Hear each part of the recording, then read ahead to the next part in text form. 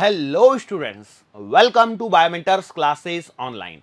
Today we are going to discuss the next topic in our chapter electrostatic potential and capacitance. और आज का जो topic है वो है बेटा कनेक्शन ऑफ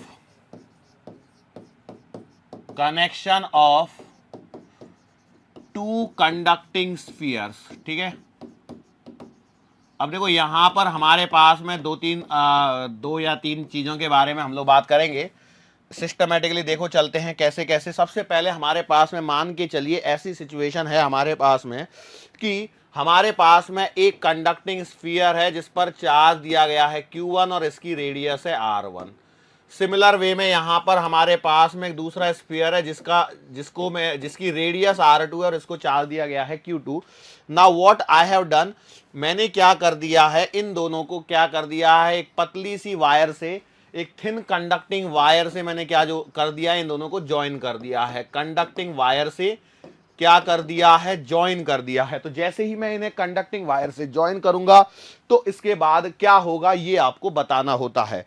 ठीक है, सो क्या इसका मतलब ये है कि दोनों पे चार्ज सेम आएगा, क्या होगा, कैसी सिचुएशन होगी, इन बारे में हम लोगों को डिस्कस करना होता है। सो एक बात ध्यान रखनी है, कभी भी आपको जब ऐसा कनेक्शन देखने को मिले, जब कभी भी कंडक्टर्स को वायर से जोड़ा जाता है तो उस समय पश्चात क्या होता है कि भैया दियर पोटेंशियल बिकम्स सेम। ये बात ध्यान रखना, their potential become same, potentials become same, दोनों का जो विभव है वो समान हो जाता है। ये कहानी होती है और कुछ भी नहीं है। ग्राउंडिंग वाला केस याद करो, ग्राउंडिंग वाले केस में भी क्या है, जब किसी कंडक्टर को जब हम लोग अर्थ से कनेक्ट कर देते तो क्या होता है, अर्थ को जीरो पोटेंशियल पर माना जाता है, तो वो कंडक्टर भी जीरो पोटेंशियल पर आना चाहता है, तो उसके लिए चार्जेस या तो धरती से वो मेटल में या मेटल प्लेट से धरती में फ्लो होते हैं। यही होता है कि नहीं होता, वही कॉन्सेप्ट यहां पर भी है। और यदि ऐसा हम लोग कहते हैं तो इसका मतलब क्या हो जाएगा कि भैया यहां पर कहानी सिंपल सी बात है, कहानी सिंपल सी है, और वो ये है कि जैसे ही मैंने इन्हें ज्वाइन कर दिया, so potential of first plate equals to potential of second plate, potential of first plate equals to potential of second plate. तो इसकी सरफेस पे यदि मैं पोटेंशियल देखता हूं तो वो लिखा जाएगा KQ1 अपॉन R1, और इसकी सरफेस पे लिखा जाएगा KQ2 अपॉन R2। दोनों को मैंने इक्वेट कर दिया। इक्वेट करने के बाद मेरे पास में कहानी आती है, वो आती है बेटा Q1 अपॉन R1 बराबर Q2 अपॉन R2। ठीक है, ये कहानी बन के आती है मेरे पास में, एकदम सिंपल सी कहानी यहां पर निकल के आती है। अब मान के चलो ऐसी सिचुएशन है यहां पर, ऐसी सिचुएशन भी तो यहां पर निकल के आ सकती है। क्या सिचुएशन निकल के आ सकती है उसको जरा समझने की कोशिश करते हैं। मान के चलो ये सिस्टम है आपका, आइसोलेटेड सिस्टम है। ये सिस्टम कैसा है, आइसोलेटेड सिस्टम है। तो क्या हो सकता है, तो इसको समझने के लिए काम करते हैं, जरा हम लोग थोड़ा सा कुछ मूव ऑन करके आ जाते हैं, थोड़ा सा पीछे से देख के आ जाते हैं।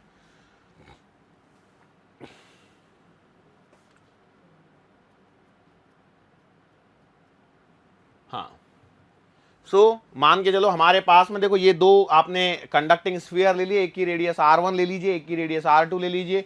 दोनों रेडियस के जो कंडक्टिंग स्फीयर है इनके पास में कुछ ना कुछ क्या होगा, चार्ज होगा। जब ये चार्ज की हम लोग बात करते हैं तो इसका पोटेंशियल कुछ तो भी रहा होगा, उस वाले का जो पिंक वाला दिख रहा है उसका कुछ तो भी पोटेंशियल रहा होगा। अब मैं मान के चलता हूं थोड़ी देर के लिए दोनों का पोटेंशियल अलग अलग लेवल पर मैंने डिफाइन किया हुआ है। अब जैसे ही मैं इन स्फीयर्स को आपस में एक कंडक्टिंग वायर से ज्वाइन करता हूं, जैसे ही मैं इन दोनों स्फीयर्स को कंडक्टिंग वायर से ज्वाइन करता हूं तो क्या होगा, there will be flow of charges, there will be flow of charges. और ये फ्लो तब तक होता रहेगा जब तक कि दोनों का पोटेंशियल सेम ना हो जाए। तो देखो जैसे ही पोटेंशियल सेम हो जाएगा तो इनका चार्ज रिडिस्ट्रीब्यूशन होगा, और जब चार्ज रिडिस्ट्रीब्यूशन होगा तो मैंने मान लिया है कि भैया इस पर जो चार्ज है वो Q1 है और इस पर जो चार्ज है वो Q2 है। ध्यान से सुनिए, पहले इस पर Q1 चार्ज था, इस पर Q2 चार्ज था।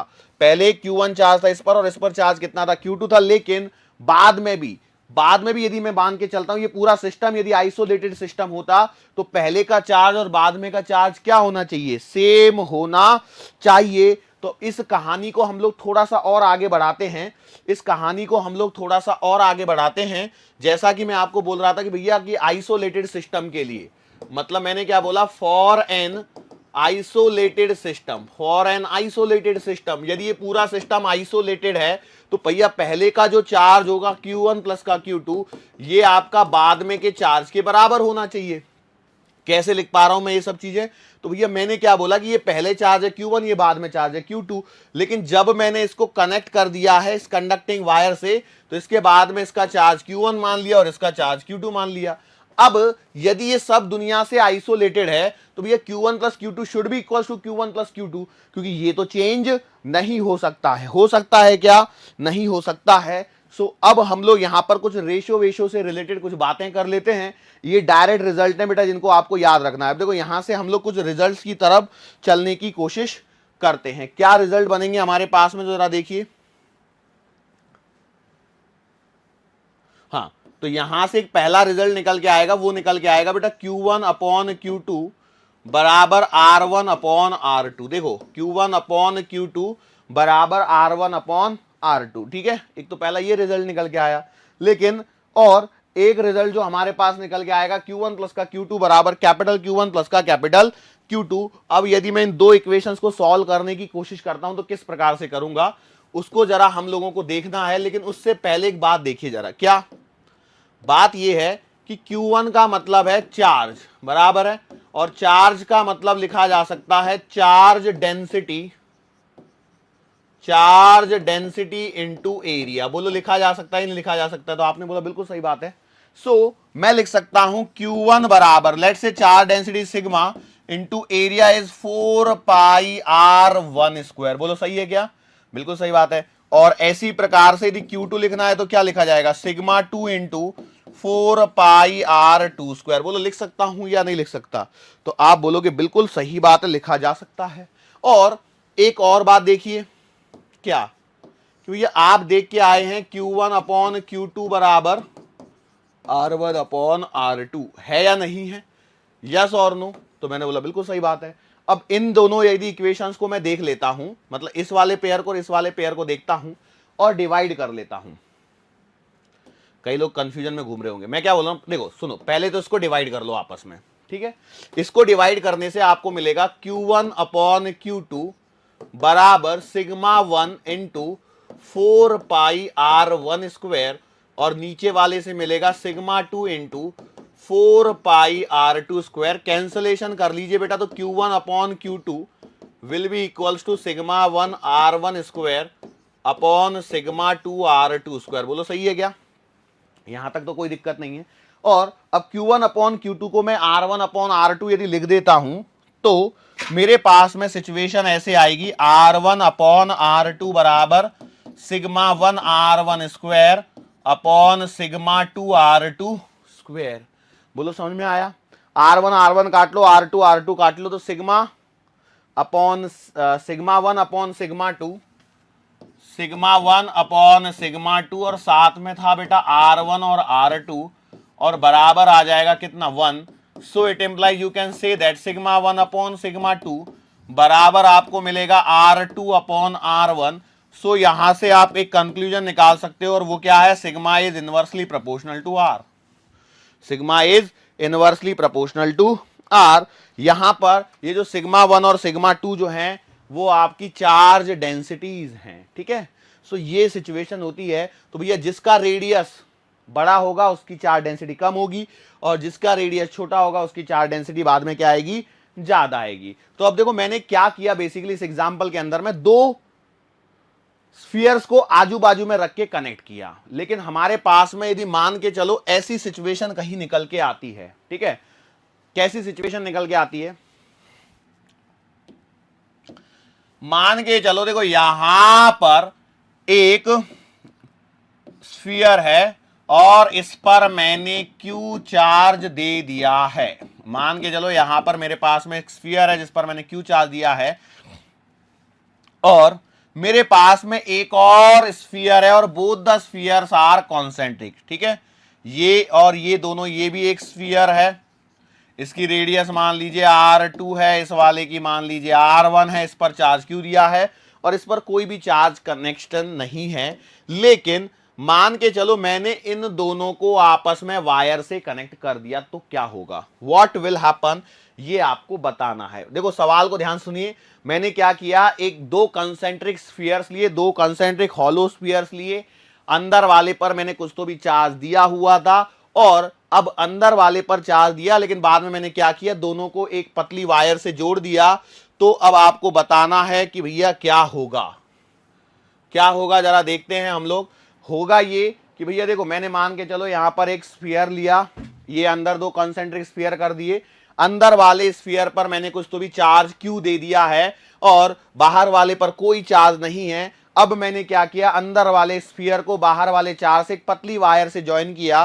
तो आप क्या देख पा रहे हैं कि अंदर वाली वायर से, अंदर वाले स्फीयर से जो चार्जेज हैं वो बाहर के गोले की तरफ डिस्ट्रीब्यूट होना चालू हो चुके हैं। ऐसा क्यों हुआ होगा, what is the reason behind this. तो भैया देखो, अब यदि आप ये कॉन्सेप्ट लगाते हैं जो थोड़ी देर पहले सीखा था, तो देखो दो अलग अलग सिस्टम था, पहले वाले सिस्टम और इस वाले सिस्टम में कंफ्यूज नहीं होना है, इस बात को पहले तो समझिए। क्या नहीं होना है, कंफ्यूज नहीं होना है, मतलब कैसे, देखो पहले वाले में और इस वाले में क्या डिफरेंस है। इस वाले में हो ये रहा है, इस वाले में क्या हो रहा है कि भैया देखो, पहले आपके पास में अंदर में चार्ज था, ये बाद में धीरे धीरे बाहर की तरफ जा रहा है, यस और नो। इस वाले में और पहले वाले में क्या था, दो स्फीयर आजू बाजू में थे, तो दो स्फीयर जब आजू बाजू में रखे थे तो उन्होंने एक आइसोलेटेड सिस्टम बनाया, और तब तक चार्ज का ट्रांसफर हुआ जब तक कि दोनों का पोटेंशियल सेम नहीं हो गया, ठीक है। लेकिन जब कंसेंट्रिक की बात आती है तो कंसेंट्रिक में क्या हो रहा है, दो कंसेंट्रिक स्फीयर यदि मैंने लिए हैं तो बेटा इसमें ऐसा नहीं होगा कि भैया जब तक चार्ज का ट्रांसफर होगा जब तक कि दोनों का पोटेंशियल सेम नहीं हो जाए, नहीं। अब क्या हो रहा है, ये कंसेंट्रिक हो गए, ठीक है।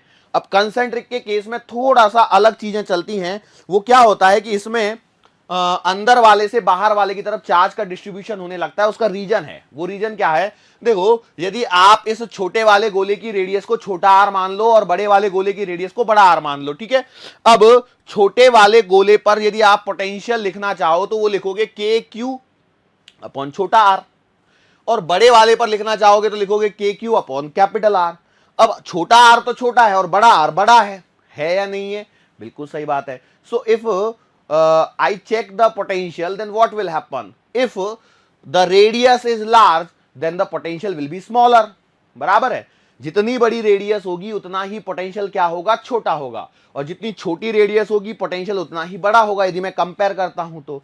अब जितना ज्यादा पोटेंशियल इसका मतलब है उतनी ज्यादा एनर्जी, जितना ज्यादा पोटेंशियल इसका मतलब है उतनी ही ज्यादा एनर्जी, और जितनी ज्यादा एनर्जी होगी उतनी ही अनस्टेबिलिटी आती है। वर्क एनर्जी पावर में भी आपने ऐसा ही सिमिलर कॉन्सेप्ट पढ़ा हुआ है, बराबर है। जितनी ज्यादा एनर्जी उतनी ज्यादा unstability, unstable equilibrium, stable equilibrium पढ़ा है कि नहीं पढ़ा है। स्टेबल इक्विलिब्रियम कब होता है, जब कटोरी के नीचे बॉल रखी होती है, और अनस्टेबल इक्विलिब्रियम कब होता है, जब कटोरी के ऊपर बॉल रखी होती है। यस, सो बिल्कुल वैसे ही चल रहा है यहां पर। मैं क्या बोल रहा हूं कि भैया देखो, जब सिंपल सी बात यह है कि जिसका पोटेंशियल ज्यादा उसकी एनर्जी ज्यादा, जिसका पोटेंशियल कम उसकी एनर्जी कम, और हर सिस्टम चाहता है स्टेबिलिटी को गेन करना। आप सोचिए, आपको पहाड़ की चोटी पे बिठा दिया जाए ऐसा तो कैसा लगेगा, उछल कूद करते रहोगे क्योंकि बैठ ही नहीं पाओगे, कभी इस पैर पे कभी उस पैर पे, कभी इस पैर पे कभी उस पैर पे। यस और नो, यस, क्योंकि पहाड़, अब देखो पहाड़ की चोटी बोल रहा हूं मतलब आप हाइट पे पहुंच गए, हाइट पे पहुंच गए मतलब आपकी एनर्जी ज्यादा है। अब इस समय आप रुके हुए हो तो आपकी कौन सी एनर्जी है, पोटेंशियल एनर्जी। तो पोटेंशियल एनर्जी को किससे रिलेट कर रहे हैं हम लोग, पोजीशन से रिलेट कर रहे हैं, पोजीशन से मतलब हाइट से है। यस, मतलब ये मैकेनिक्स के कॉन्सेप्ट के हिसाब से हो गया। अब यहां पर क्या बोल रहे हैं भैया देखो, यहां पे चार्ज तो सेम है, चार्ज से तो टेंशन लीजिए ही मत, यहां सिर्फ और सिर्फ रेडियस से मतलब है। तो सेंटर से जितना दूरी पर चार्ज होगा उतना ही पोटेंशियल क्या होगा, कम होगा, मतलब उतनी एनर्जी कम होगी। यदि आप इन्फिनिटी पे चले जाओगे तो पोटेंशियल जीरो हो जाएगा, मतलब एनर्जी जीरो हो जाएगी। अब इन्फिनिटी पे तो आप जा नहीं सकते, लेकिन फिर भी आप कोशिश तो यही करोगे ना कि भैया जितनी भी एनर्जी है उसको मिनिमम टू मिनिमम रखने की कोशिश करोगे। तो इस मिनिमम टू मिनिमम एनर्जी रखने की प्रयास में क्या होता है कि जब तक ये वायर यहां पर नहीं थी, जब तक ये वायर यहां पर नहीं थी तब तक तो ये चार्ज ये पूरी सरफेस पे फैल गया, लेकिन आगे थोड़ी जा रहा है। अब कई लोग बोलेंगे सर आगे तो चार्ज इंड्यूस भी होगा ना। हाँ, चार्ज भले ही इंड्यूस हुआ है लेकिन नेट चार्ज इस ब्लू वाले गोले पर क्या रहेगा, जीरो रहेगा। भैया इस प्लस क्यू के कारण यहां माइनस क्यू आएगा, इस माइनस क्यू के कारण यहां प्लस क्यू आएगा, लेकिन नेट चार्ज तो जीरो ही रहेगा। होगा या नहीं होगा, बिल्कुल सही बात है।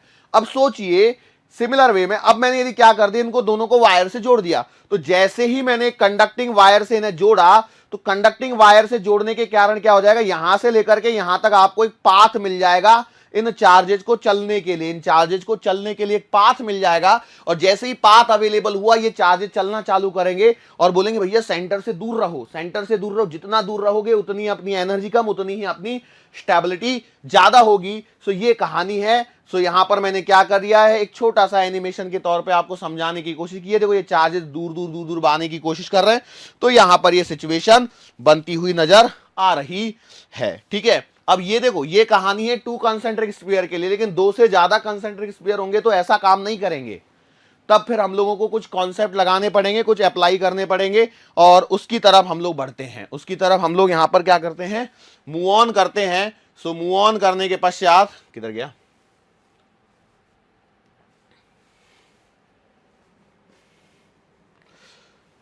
यही था क्या, हाँ भाई यही था। ठीक है, कहानी समझ में आ गई, श्योर है? आप चाहें तो लिख सकते थे, जो भी मैंने बताया क्या होगा, क्यों हो रहा है ये, नहीं तो आप बुकलेट जाके पढ़ेंगे। ठीक है, बुकलेट में पूरा लिखा हुआ है। क्या होगा कि भैया every system wants to be, every system wants to B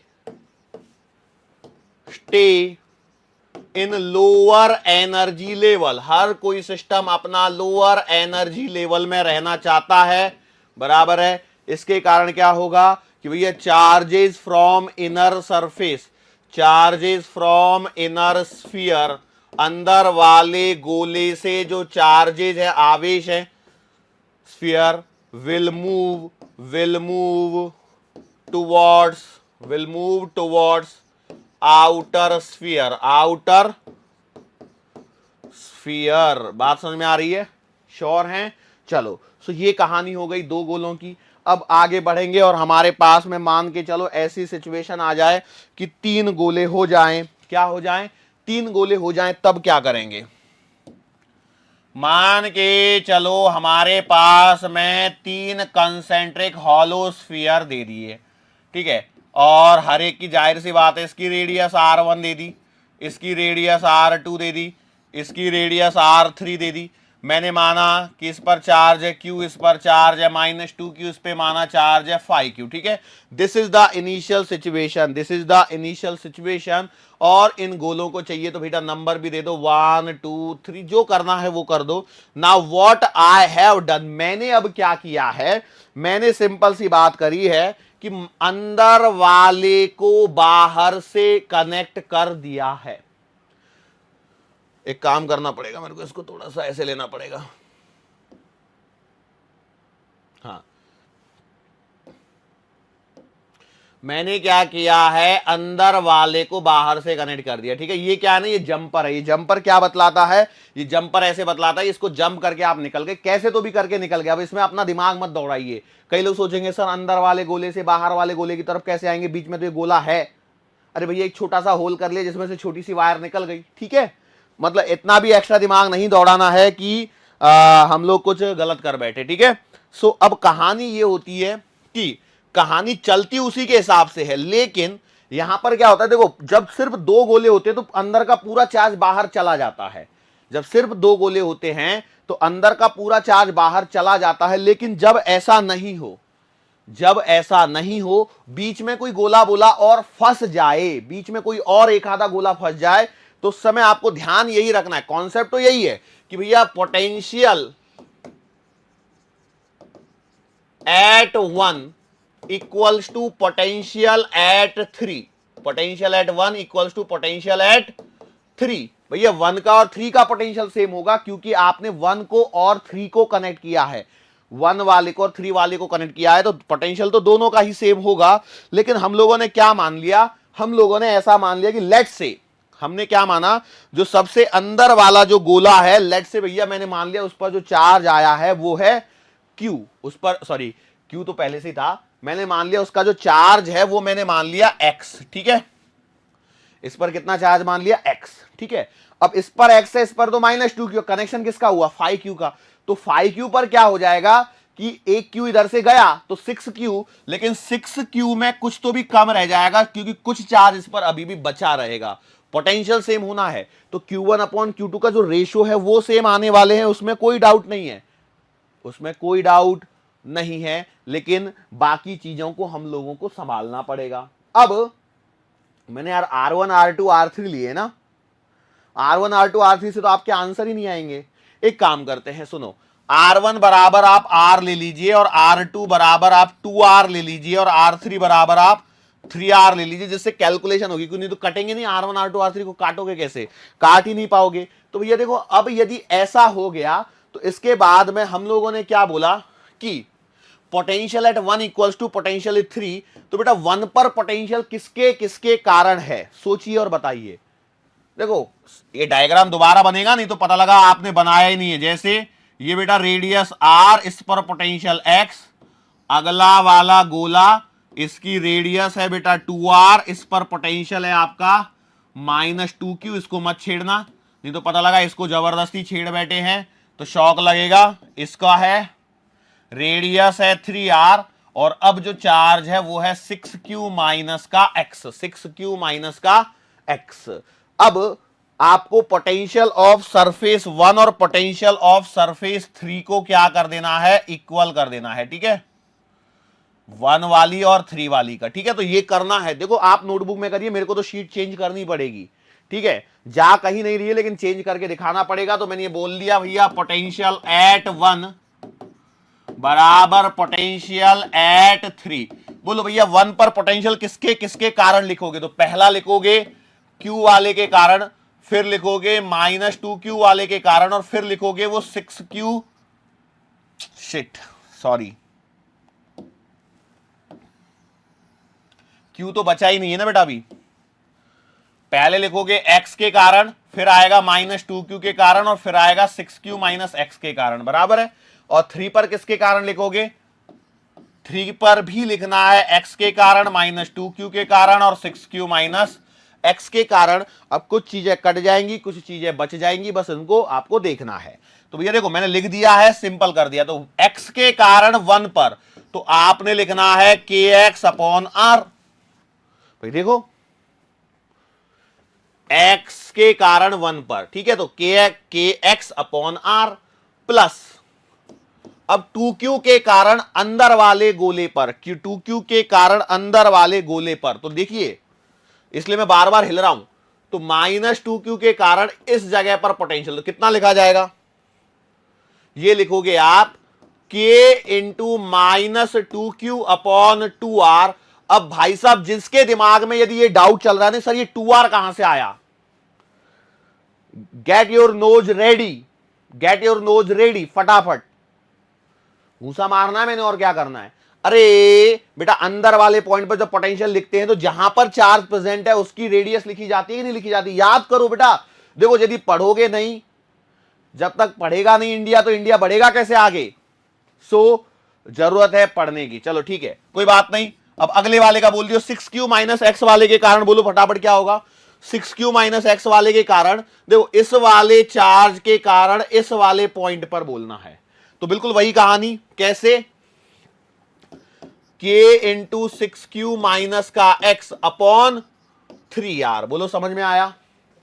now आगे बढ़ते हैं कहानी को और इक्वल टू लगाते हैं। देखो X वाले के कारण 3 वाली सरफेस पर, बराबर है, तो आप लिखोगे KX upon 3R plus K into minus का 2Q अपॉन, बोलो फटाफट कितना लिखा जाएगा, यहां पर भी आएगा 3R प्लस अब 6Q माइनस X वाले के कारण कितना आएगा, K 6Q minus X upon 3R, ठीक है। देख लीजिए एक बार देखिए, X वाले के कारण यहां पर, -2Q वाले के कारण यहां पर, और 6Q वाले के कारण भी इसी सरफेस पर, ये तीनों के कारण आपको पोटेंशियल लिखना है। देखो यही कहानी होती है, यही सवाल होते हैं, बिल्कुल घबराना नहीं है। मैंने एक सवाल दिया है और यदि एग्जामिनर आपसे सवाल पूछेगा तो यही सवाल रहेगा, बस accept the data, Q -2Q और ये जो 5Q है उसकी जगह डेटा बदल जाएगा। बस सवाल करने का पैटर्न वही है, ये जो Q है उसको आगे लास्ट वाले में जोड़ दीजिए और इसमें से X को घटा दीजिए। क्यों, क्योंकि इस पर X मान लिया तो ये Q गया पहले यहां पर, तो 6Q बन गया, उसमें X कुछ तो भी कम रह जाएगा क्योंकि वो कुछ ना कुछ अंदर चार्ज रहेगा, क्योंकि पूरा नहीं जा पाएगा। जब यहां पर बीच में एक गोला और अटका देते हैं, जब कंसेंट्रिक नहीं था तो पूरा का पूरा जा रहा था, सिर्फ 2 गोलों के केस में। लेकिन 2 से ज्यादा गोले होंगे तो ऐसा नहीं होगा, क्योंकि बीच में एक गोला है। यदि ये गोला नहीं होता तो फिर पूरा चला जाता, ये गोला नहीं होता बीच वाला तो पूरा चला जाता। क्या ये बात समझ में आ रही है? श्योर है? अब हमको क्या करना होगा बेटा, हमको करना पड़ेगा इसको सॉल्व। चलो करो सॉल्व बेटा। तो देखो सब जगह सबसे पहला एक सिंपल काम तो मैं कर लेता हूं, वो क्या, के उड़ा दीजिए, R R R R R R, बोलो क्या, आर आर आर आर, सही है? ओके वेरी गुड, सीख गए आप लोग। और क्या काट सकते हो बेटा, 6q माइनस एक्स अपॉन 3, इसको भी काट दीजिए। ठीक है, तो अब क्या बचेगा उधर देखिए, 2 से 2 भी काट दीजिए, तो देखो बचेगा क्या, x माइनस क्यू बराबर, इधर से क्या बचेगा, x upon 3 minus 2q upon 3, बोलो सही है क्या? इसको इधर लेके आओ तो x माइनस एक्स बाय 3, इसको इधर लेके आओ तो ये आएगा q माइनस 2q बाय 3। बेटा इतने आराम आराम से कैलकुलेशन कर रहा हूं, जिंदगी में मैंने कभी नहीं करी होगी इतनी। तो 2x बाय 3 बराबर q बाय 3, सही चल रहा है ना सब कुछ? x बराबर आ जाएगा q बाई 2, x का आंसर आ जाएगा कितना, q बाई 2। इसका मतलब ये है x बराबर q बाई 2 आने का मतलब है कि भैया जो सबसे अंदर वाला गोला है उस पर q बाई 2 चार्ज आया है। सो इसका मतलब ये है कि यदि मैं बनाता हूं तो देखो, ये अंदर वाला गोला, ये बाहर वाला गोला, और ये सबसे बाहर वाला गोला, इसकी रेडियस r, इसकी रेडियस 2r, इसकी रेडियस 3r, बोलो समझ में आई? अच्छा जी, तो अब आप बोलोगे इस पर चार्ज यदि q बाई 2 है तो इसके अंदर वाले पे जाएगा minus q by 2, q induce तो होना ही होना है, वो कहां बदल जाएगा। लेकिन बाहर वाले पर 2q था जो माइनस 2q था, तो सोचो टोटल माइनस 2q कब होगा, जब ये वाला माइनस 2q में से ये माइनस q बाई 2 कम हो जाएगा, तो यहां पर आएगा माइनस का 3q बाई 2। ध्यान से सुनिए मैंने क्या बोला, स्टेप को पकड़िए फिर से। देखो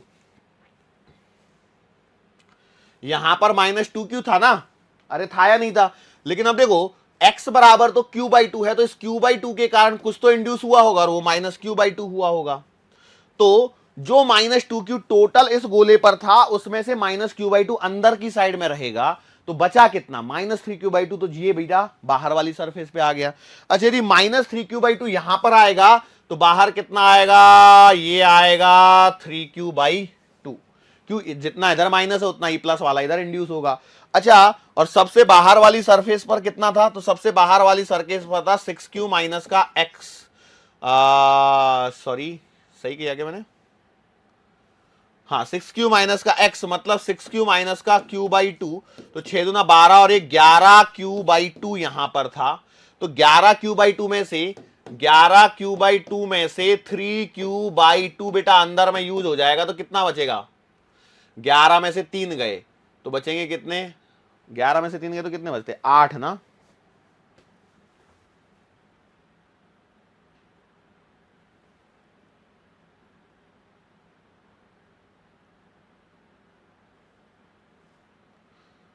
नौ 10 11 8, तो ये आ रहा है 8q बाई 2, तो ये तो 4q आ रहा है, इस पर 4q होना चाहिए था।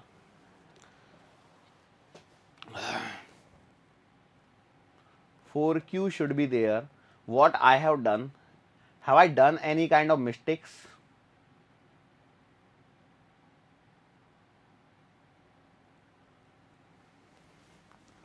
Have I done any kind of mistakes? Let me check it out.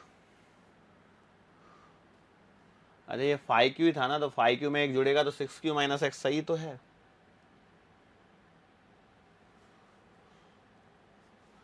ये कहां पे, कैलकुलेशन करो फटाफट से, q by 2 minus q by 2, ये 0 हो जाएगा, माइनस 3q बाई 2, और ये Q/2 गया तो 6Q माइनस का ये करने पर ये यहाँ पर इतना ही आने वाला है, तो ये 4Q ही बचना चाहिए था। और यदि इतना बचेगा तो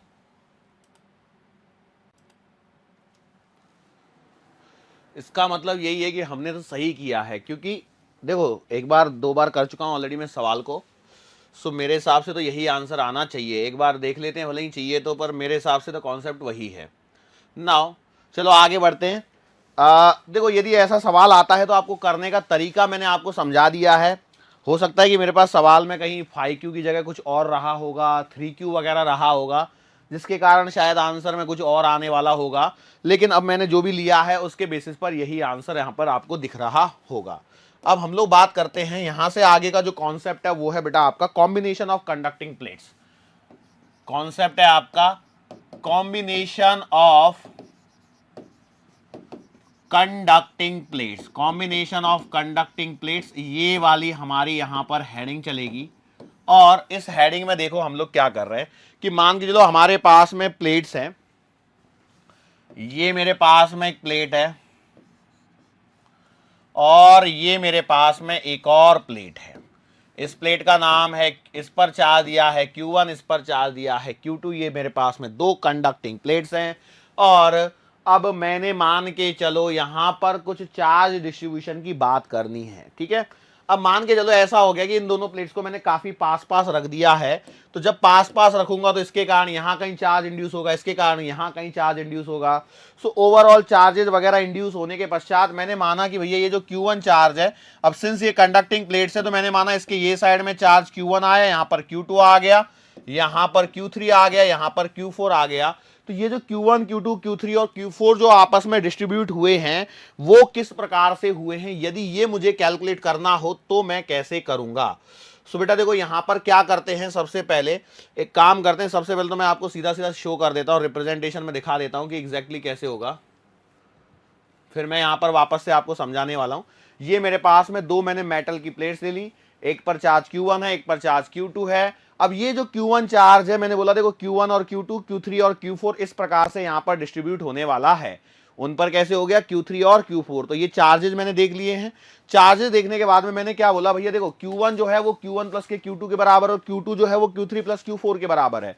मैंने क्या किया, इन दोनों मेटल प्लेट्स पर एक पॉइंट कंसीडर कर लिया है P, दोनों जगह P कंसीडर कर लिया है, और एक गॉसियन सरफेस कंसीडर करिए। मैंने क्या किया है, एक ऐसी गॉसियन सरफेस कंसीडर करी है जो कि बेटा यहां से गुजरती है इन दोनों मेटल प्लेट्स में से पॉइंट P से होते हुए। और इसमें मैंने क्या कंसीडर किया है कि ये जो फेस AD है और फेस BC है वो तो कंप्लीटली मेटल प्लेट के अंदर में है, और यदि ऐसा है तो बेटा यहां पर मेटल प्लेट के अंदर में होने के कारण यहां पर इलेक्ट्रिक फील्ड क्या हो जाएगा, जीरो हो जाएगा। और इलेक्ट्रिक फील्ड जीरो है मतलब इलेक्ट्रिक फ्लक्स भी क्या होगा, यहां पर जीरो ही होने वाला है। और जो रिमेनिंग जो फेसेस हैं आपके पास में, जो AB और CD वाली जो फेस है, AB वाली फेस और CD वाली फेसेस, ये क्या हो रही हैं, तो बेटा इनके कारण यदि मैं बात करता हूं तो यहां पर इसके कारण भी सिचुएशन कुछ इसी प्रकार से होगी, क्योंकि इनका जो एरिया वेक्टर है वो इस इनके लिए इलेक्ट्रिक फील्ड और एरिया वेक्टर में 90 डिग्री का एंगल बन जाएगा। देखो पॉइंट P के रिस्पेक्ट में बात करो तो इलेक्ट्रिक फील्ड इधर आएगा,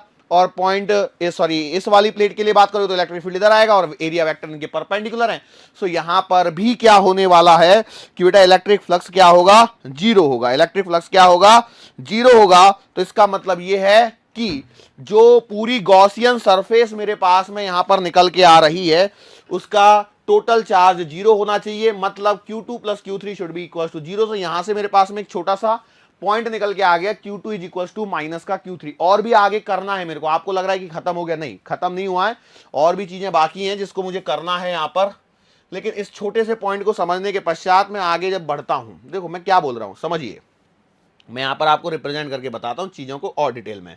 मैंने क्या बोला कि देखो ये Q1 और Q2 मैंने इनिशियली चार्ज दिया था, ये दो मेटल की प्लेट्स है, मैंने इन दोनों को पास पास रख दिया।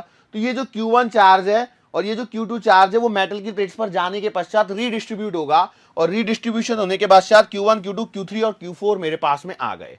अब मैंने क्या बोला, इसको इस प्रॉब्लम को संभलने के लिए मैंने यहां पर इस मेटल प्लेट के अंदर में एक पॉइंट P मान लिया, और यहां पर भी अंदर में मेटल के अंदर में पॉइंट P मान लिया, ठीक है।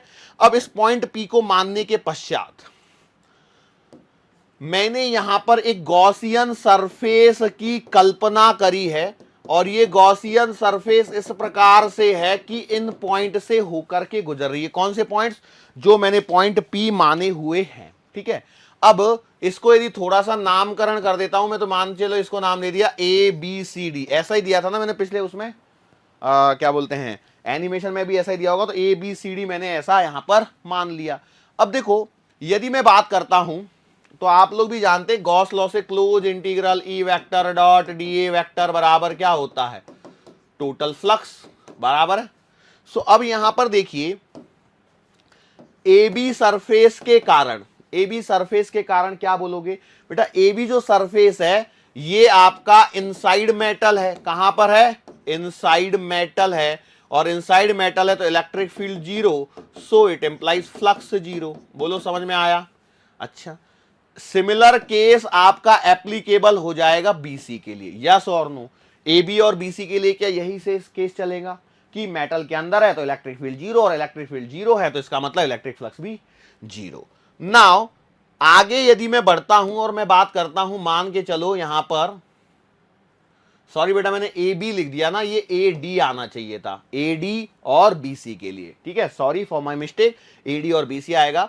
अब मैं बात कर लेता हूं AB के लिए, तो AB के लिए भी देखो फ्लक्स जो आपका लिखा जाएगा वो लिखा जाएगा close integral E vector dot DA vector, बराबर है, जिसे आप लिख सकते हो EDA कॉस थीटा। बोलो सही बात है कि नहीं? आपने बोला बिल्कुल सही बात है। अब AB के लिए यदि आप देखते हो तो बेटा AB सरफेस के लिए कैसे भी यदि आप करोगे तो देखो, इस प्लेट के कारण जो भी इलेक्ट्रिक फील्ड आएगा वो इस डायरेक्शन में, और इस प्लेट के कारण आएगा इस डायरेक्शन में। लेकिन AB जो सरफेस है वो तो उसका एरिया वेक्टर इधर है, और यदि एरिया वेक्टर इधर है तो यहां से भी देखो 90 डिग्री, और यहां से भी देखो कितना है 90 डिग्री। बोलो सही बात है। और यदि एंगल 90 डिग्री है तो इसका मतलब आपका क्या हो जाएगा? फ्लक्स क्या आ जाएगा? जीरो। और फ्लक्स जीरो जो आया है वो किसके कारण आया है? थीटा 90 डिग्री होने के कारण यहां पर आया है। बोलो सही बात है कि नहीं? तो आपका फ्लक्स जीरो आ गया। अब फ्लक्स का मतलब होता है Q inside upon epsilon not. अब एप्सिलॉन नॉट को तो जीरो या इन्फिनिटी नहीं कर सकते, उसकी तो वैल्यू फिक्स है, और यदि वैल्यू फिक्स है तो मैं यहां से एक बात तो कह सकता हूं, और वो ये है कि बेटा फ्लक्स जीरो होने के कारण Q inside should be equals to what? Zero. Q inside should be equals to what? Zero. बस यार ये, सो यहां पर चार्ज आपका जीरो होना चाहिए। अब चार्ज जीरो होना चाहिए तो बेटा इस पूरी गॉसियन सरफेस के लिए ओवरऑल कहानी देखो क्या हो रहा है कि देखो, पहले भी आपका फ्लक्स जीरो है, बाद में भी आपका फ्लक्स जीरो है, मतलब ओवरऑल ABCD में जो फ्लक्स है वो आपका जीरो है। और यदि ABCD में फ्लक्स यदि आपका जीरो है, फॉर ABCD यदि फ्लक्स आपका जीरो है, फ्लक्स आपका क्या है? जीरो है, तो बेटा फ्लक्स बराबर Q inside upon epsilon naught, तो Q inside should be equals to zero. तो अब आप यहां पर देखिए इस डायग्राम के अंदर में, अंदर जो इस गॉसियन सरफेस के अंदर का जो चार्ज है वो आ रहा है Q2 और Q3। तो अब आप कह सकते हो कि बेटा इस कॉन्सेप्ट के हिसाब से Q2 प्लस का Q3 is equals to zero है। बोलो सही है? अच्छा, Q2 प्लस का Q3 यदि आपका जीरो आ चुका है तो उसके आगे अब हम लोगों को यहां पर बढ़ना है। Q2 प्लस का Q3 जीरो आने का मतलब है कि Q2 should be equals to minus का Q3। बोलो समझ में आया? यहां तक का पॉइंट तो आपको क्लियर हो गया होगा। अब आगे की कहानी की तरफ हम लोग यहां पर बढ़ते हैं, ठीक है। अब आगे की कहानी को देखो, मेरे पास करने के दो तरीके हैं। एक तो ये है कि इसका डेरिवेशन करता बैठूं मैं, और एक तरीका ये है कि मैं डायरेक्टली यहां पर आपको बताऊं।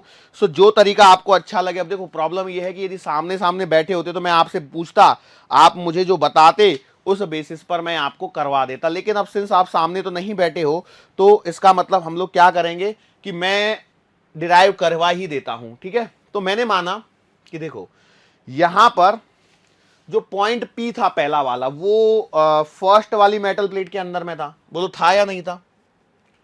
इस पॉइंट P की यदि मैं बात करता हूं, इसे P1 मान लीजिए, तो ये मेटल प्लेट के अंदर में है, तो यहां पर आप एक पॉइंट लिख सकते हैं कि electric field at P1 must be zero. बोलो सही बात है या गलत बात है? मस्ट बी जीरो होना चाहिए या नहीं होना चाहिए? तो आप बोलोगे बिल्कुल सही बात। और यदि आप यहां पर इलेक्ट्रिक फील्ड जीरो की बात करते हो तो यहां पर देखो यार, इलेक्ट्रिक फील्ड किसके किसके कारण आ रहा है? तो Q1 के कारण, Q2 के कारण, Q3 के कारण और Q4 के कारण। क्या चारों के कारण आ रहा है? बिल्कुल सही बात है। अच्छा, अब इस डायग्राम को मैं वापस से बनाता हूं, तभी आपको थोड़ा सा और अच्छे से समझ में आएगा, नहीं तो आप कंफ्यूज हो जाओगे। देखो मैंने क्या किया, देखो ये वाली मेटल प्लेट बना ली, ठीक है, ये वाला पॉइंट P1 हो गया। यहां पर जरा ध्यान से देखना, मैंने क्या बोला, देखो ये चार्ज Q1, ये चार्ज Q2, यहां पर एक चार्ज है Q3 और यहां पर प्लेट के बाहर एक और चार्ज है Q4। बोलो सही बात है। सो Q1 के कारण P1 पर इलेक्ट्रिक फील्ड किधर आएगा, राइट साइड में, Q2 के कारण लेफ्ट साइड में, Q3 के कारण लेफ्ट साइड में और Q4 के कारण भी लेफ्ट साइड में ही इलेक्ट्रिक फील्ड आने वाला है। लेकिन मैं एक बात तो जानता हूं कि नेट इलेक्ट्रिक फील्ड जीरो आएगा, तो नेट इलेक्ट्रिक फील्ड को जीरो करने के लिए मुझे Q1 का जो इलेक्ट्रिक फील्ड है that should be equals to electric field due to Q1 बराबर EQ2 प्लस EQ3 और प्लस का electric field due to Q4। बोलो सही बात है, मैंने बोला बिल्कुल सही बात है। अब यहां से आगे एक छोटा सा कॉन्सेप्ट और होता है, वो चार्ज डिस्ट्रीब्यूशन वगैरह, वो मैं अब नहीं बता रहा हूं क्योंकि मैं जानता हूं आप पहले से ही समझदार हैं, तो सीधा सीधा आप कर सकते हैं सिग्मा अपॉन एप्सिलॉन नॉट के जो कॉन्सेप्ट हैं, ठीक है। अरे बोलो सही बात है। जैसे मैं बोलूंगा भैया सिग्मा अपॉन एप्सिलॉन नॉट लिखूंगा, सिग्मा का मतलब Q अपॉन एरिया होता है, सो ये Q upon A epsilon not होता है। फिर मेटल कंडक्टिंग प्लेट है तो फिर मेरे को दो एरिया कंसीडर करने हैं, फिर चार्ज तो आधा ही डिवाइड हुआ होगा, एक्सेट्रा एक्सेट्रा। ये कॉन्सेप्ट हम लोग पहले भी सीख चुके हैं। सो मैं यहां पर डायरेक्टली लिख रहा हूं electric field due to Q1, बताइए कितना आएगा, तो ये आना चाहिए बेटा Q1 upon 2A epsilon not, बराबर है Q1 upon 2A epsilon not. Similarly इधर आएगा Q2 upon 2A epsilon not plus का Q3 upon 2A epsilon not और प्लस का बेटा Q4 upon 2A epsilon not. This will be the situation, ठीक है। बोलो समझ में आई।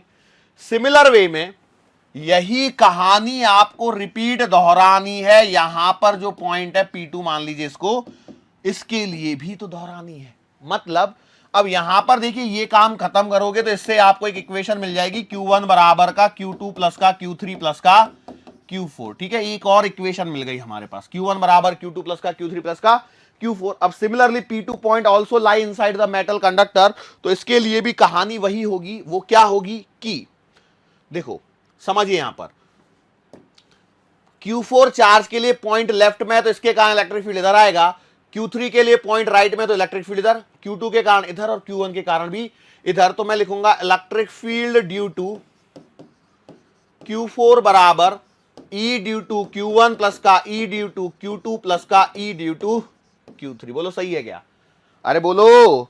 तो आपने बोला बिल्कुल सही है। तो मैं लिखूंगा कैसे, Q4 upon 2A epsilon not बराबर Q1 upon 2A epsilon not plus का Q2 upon 2A epsilon not और प्लस का बेटा Q3 upon 2A epsilon not. बोलो सही है क्या।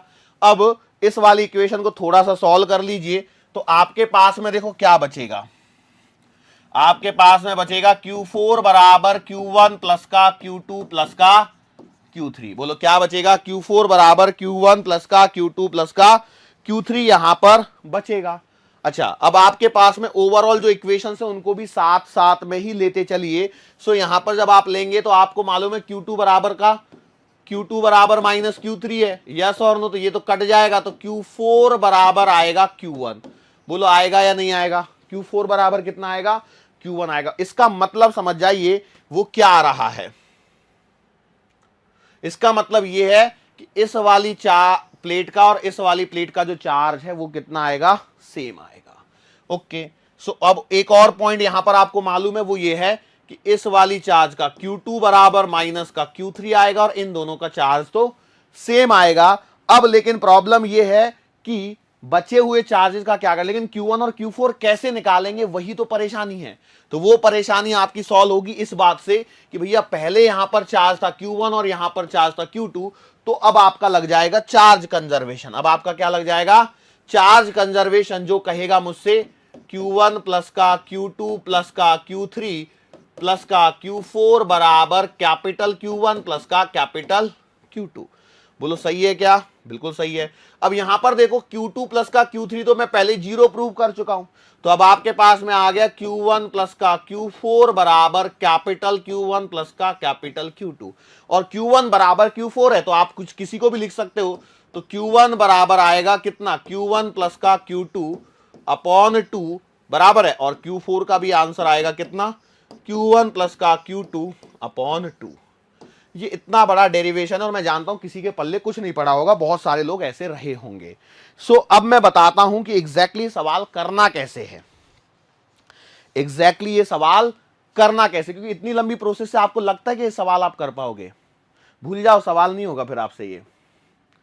जैसे मान के चलो मैंने एक सवाल पूछा आपसे, ठीक है, मैंने सवाल पूछा, देखो ये एक मेटल की प्लेट, ये एक मेटल की प्लेट, ठीक है, दोनों को पास पास रख दिया, इस पे चार्ज दे दिया Q और इस पे चार्ज दे दिया 2Q। सवाल को समझिए, बताइए मेरे को चार्जेस कितने आएंगे। आपको कुछ नहीं करना है, देखो सिंपल शॉर्ट ट्रिक बताता हूं। शॉर्ट ट्रिक क्या है कि जो आउटर मोस्ट प्लेट्स है ना, आउटर मोस्ट प्लेट, उस पे जो चार्ज आएगा वो आएगा total charge divided by 2, total charge divided by 2 divided by 2। इसका मतलब है कि इस पर चार्ज आएगा Q प्लस 2Q अपॉन 2 और Q प्लस 2Q अपॉन 3। बोलो सही है? तो इसका आंसर आएगा 3Q अपॉन 2, तो इसका भी आंसर आएगा कितना? 3Q upon 2। अब देखिए यहां पर आगे बढ़िए, इस वाले पर कितना चार्ज आएगा? तो इस वाली पर चार्ज आएगा बेटा Q में से यहां जितना चला गया तो उतना यहां बच जाएगा, तो बेटा 3Q और बाई 2 प्लस मैंने मान लिया इस पे थोड़ी देर के लिए x, तो 3Q बाई 2 प्लस x बराबर Q। सो x का आंसर आएगा माइनस का Q बाई 2। इसका मतलब इस पर चार्ज की वैल्यू आएगी माइनस का Q बाई 2। अब जितना इस पर आएगा उसका उल्टा इस पर आएगा, मतलब Q बाई 2। अब देखिए Q by 2 plus 3Q by 2 जोड़ लीजिए, 2Q आ गया। सर क्वाइट कॉम्प्लिकेटेड, फिर से मैं स्टेप समझा रहा हूं, स्टेप को पकड़िए। एक तरीका तो यह है कि आप इतना लंबा चौड़ा जो मैंने डेरिवेशन किया था ना उसके बेसिस पर करें। दूसरा है शॉर्ट ट्रिक। दूसरा शॉर्ट ट्रिक क्या बोलना है, देखो पहला क्या, पहला step total charge divide by 2 कर दीजिए, वो आपके आउटर मोस्ट का चार्ज हो जाएगा, ठीक है। उसके बाद में सेकंड स्टेप में क्या करना है, एक प्लेट को ले लीजिए, ठीक है, बाहर से लेफ्ट साइड से चालू कर दीजिए। इसका चार्ज आपको नोन है, इसका चार्ज आपको पता है, ये टोटल चार्ज आपको पहले से ही दे रखा होगा, ये टोटल पता होगा और ये अननोन होगा, ठीक है। बोलो सही बात है, नोन प्लस अननोन बराबर टोटल। तो मैं यही कर रहा हूं, नोन जो सबसे बाहर वाली पे पता था, ये अननोन x बराबर टोटल। सॉल्व कर लीजिए, अंदर का मिल जाएगा। एक बार अंदर का मिल गया तो जितना ये है उसका साइन बदल दीजिए, ये आ जाएगा, उसका साइन बदल दीजिए, ये वाला आ जाएगा। फिर देखिए नोन टोटल और अननोन, तो known plus unknown equals to total. ये कहानी आप आगे बढ़ाते चले जाइए और आपका काम होते चला जाएगा। चाहे भले ही अब कैसे भी सवाल आए यही डायग्राम बनेंगे, थोड़े थोड़े से डायग्राम बदल लीजिए और क्या है सवालों में। अच्छा किसी के मन में आ रहा होगा सर यदि माइनस माइनस चार्ज आ गया तो कहीं फेल तो नहीं हो जाएगा कॉन्सेप्ट जो आपने शॉर्ट ट्रिक बता रहे? बिल्कुल भी फेल नहीं होगा। चाहिए तो देखो हम लोग एक ऐसा कर लेते हैं, ठीक है। देखो मैंने दिया यहां पर सवाल, देखिए इस पर है माइनस Q, इस पर आएगा 3Q ले लीजिए और मैंने इस पर दे दिया Q, ठीक है। अब देखो कौन सवाल ये है, find final charges on plates, find final charges on plates. अब देखो प्लेट तक पहुंच चुका हूं मैं चार्जेस का डिस्ट्रीब्यूशन लेकर के, मतलब मैं आगे जो टॉपिक आएगा ना वो कैपेसिटर आने वाला है, ठीक है। समझदार को इशारा काफी है, जो नहीं समझा वो अनाड़ी है। बोलो कैसे करोगे? तो सबसे पहले तो मैंने बोला टोटल चार्ज ऐड कीजिए, तो Q minus Q plus 3Q plus Q कितना आएगा 3Q और डिवाइड बाई 2 कर दीजिए। मतलब बेटा इस पर जो चार्ज आएगा वो आएगा 3Q बाई 2 और इस पर भी आएगा प्लस का 3Q बाई 2। बोलो अगला स्टेप क्या है? अगला स्टेप ध्यान रखना बेटा, दोनों साइड से मत बढ़ना, किसी भी एक साइड को पकड़ते हुए चलना, नहीं तो सवाल गलत कर बैठोगे। तो मैंने बोला लेफ्ट से चलता हूं, अच्छा कोई जरूरी नहीं है लेफ्ट से राइट जाओ, राइट से भी लेफ्ट आ सकते हो, दोनों साइड से सेम ही होगा। तो बेटा मैंने बोला देखो क्या 3Q बाई 2 प्लस का x बराबर माइनस का Q। तो बेटा इधर लेके आ जाइए, तो x बराबर कितना आएगा 3Q बाई 2 भी माइनस होगा, तो माइनस 1 और माइनस 1.5 माइनस का 2.5 मतलब माइनस का 5Q बाई 2। तो इसका मतलब बेटा इस वाली पर चार्ज आएगा माइनस Q बाई 2, तो इसका मतलब इस पर भी आएगा प्लस का 5Q बाई 2। बोलो समझ में आया? अब आगे बढ़ जाइए, आगे बढ़ेंगे तो आप लिखोगे 5q/2 प्लस का y मान लीजिए बेटा इस वाली साइड पर, देखो इस पर मैंने x माना था पहले, इस पर y मान लीजिए, बराबर आएगा 3q के। सो इट एम्प्लाइज y कितना आ रहा है, देखो इसको सब्ट्रैक्ट कर दीजिए तो ये आ रहा है q/2, इसका मतलब इस पर चार्ज आएगा q/2 तो इस पर आएगा माइनस का q/2। सॉल्व कर लीजिए, you will get your answer. बोलो समझ में आया? सर क्या 1 या 2 या 3 प्लेट के लिए सवाल आएगा? अरे भैया 4 प्लेट लगा लो, यदि आपको अच्छी नहीं लग रही है तो लो। सवाल का कॉन्सेप्ट पकड़िए। कई लोग अभी भी सदमे में चल रहे हैं, मैं जानता हूं, वो सोच रहे हैं सर कर कैसे रहे इतने फास्ट। अरे बेटा कॉन्सेप्ट सिंपल है। एक सवाल और ले लीजिए, चलो लो भैया मैंने ले लिया, इस पर q दे दिया, इस पर 2q दे दिए, या माइनस ले लो एक, तो यार कम से कम ना एक माइनस रहेगा तो आपको भी अच्छा लगेगा। मैंने इस पर 3q ले लिया, इस पर मैंने 4q ले लिया। देखो फिर से स्टेप बाय स्टेप। पहला स्टेप क्या है, टोटल करो और डिवाइड बाय 2 करो। तो 4 और 3 7, 7 में से 2 गए 5 और 1 6, 6/2 कितना आएगा 3q। इसका मतलब ये है इस पर भी 3q चार्ज आएगा और इस पर भी 3q चार्ज आएगा। बुकलेट को देख लेना। फिर मैंने क्या बोला, मैंने माना भैया इस पर है x, इस पर मान लिया x। फिर कॉन्सेप्ट क्या है, नोन प्लस अननोन बराबर टोटल। तो मैं यहां पर लिखूंगा 3q प्लस x बराबर q। So it implies x बराबर -2q। मतलब इस पर जो चार्ज आया है वो -2q आया है। बोलो समझ में आया? अब कहानी ये कहती है मुझसे कि जितना इस पर आएगा उसका प्लस करके इस पर लगा दो, तो बेटा इस पर आना चाहिए +2q। इस पर कितना आना चाहिए +2q। तो मेरे लिए ये अननोन हो गया तो मैंने इसे y मान लिया। तो कहानी फिर से वही, 2q प्लस का y बराबर -2q। So it implies y बराबर -4q। बोलो समझ में आया? बोलो ठीक है। तो इसका मतलब इस वाली पर है -4q, इस पर यदि -4q है तो मैंने क्या बोला, इसके बराबर प्लस करके इस पर लगा दिया तो ये आ जाएगा 4q और इसे मैं z मान लेता हूं। ठीक है, फिर से कहानी वही, नोन प्लस अननोन बराबर अननोन टोटल। तो बेटा 4q प्लस z बराबर है 3q। सो बेटा z बराबर आएगा कितना, माइनस का q। तो इसका मतलब इस पर चार्ज आया है माइनस का q। अब इस पर यदि -q है तो मैंने क्या बोला, अंदर में इसको क्या कर दीजिए, प्लस लगा के यही लगा दीजिए तो ये आएगा +q। अब देखिए +q और ये 3q तो मिला के 4q, अपने आप बैलेंसिंग हो जाएगी। मतलब आपको दिमाग लगाने की जरूरत नहीं है, बशर्ते यदि आप स्टेप बाय स्टेप आप इनको करते हुए चल रहे हैं तो। हालांकि यदि आपको मैं बताऊं तो यदि आपने बुकलेट देखी होगी ना, तो बुकलेट के अंदर में इसको एकदम डिटेल में खोल के किया है मैंने इस सवाल को, ताकि कॉन्सेप्ट आप पूरी तरह से समझ जाए। नहीं भी समझ में आया होगा ना तो इतना डिटेल में खोला हुआ है इस सवाल को। देखो मैंने यहां तो कितना 10-15 सेकंड में, 10-15 सेकंड तो नहीं मान लो, 2 या 3 मिनट में सवाल किया होगा यहां पर सोचिए वो बुकलेट के अंदर में 2-3 पन्नों में चल रहा है यही सवाल, यहां पे एक सीट के अंदर कर दिया। क्यों? क्योंकि मैं बार बार डायग्राम नहीं बना रहा हूं। ठीक है, समझ में आ रही है बात? श्योर है? अब ये कॉन्सेप्ट यदि आपको समझ में आ गया प्लेटों पे चार्ज डिस्ट्रीब्यूशन का, तो अब हम लोग देखो, हम लोगों ने गोलों के अंदर भी चार्ज डिस्ट्रीब्यूशन सीख लिया, प्लेटों के ऊपर भी सीख लिया है। तो यहां से आगे फिर हमारा जो नया टॉपिक चालू होगा ना, वो आपका डेफिनेट सी बात ये है कि we are moving towards capacitor. हम लोग किसकी तरफ मूव ऑन कर रहे हैं बेटा? कैपेसिटर की तरफ। क्यों? क्योंकि पैरेलल प्लेट का सिस्टम आते ही हमारे पास में कैपेसिटर आने लगता है। सो अपने आज के इस सेशन को बेटा हम लोग यहीं पर समाप्त करेंगे और मुलाकात फिर से करेंगे आने वाले अगले लेक्चर के दरमियान। सो तब तक के लिए धन्यवाद।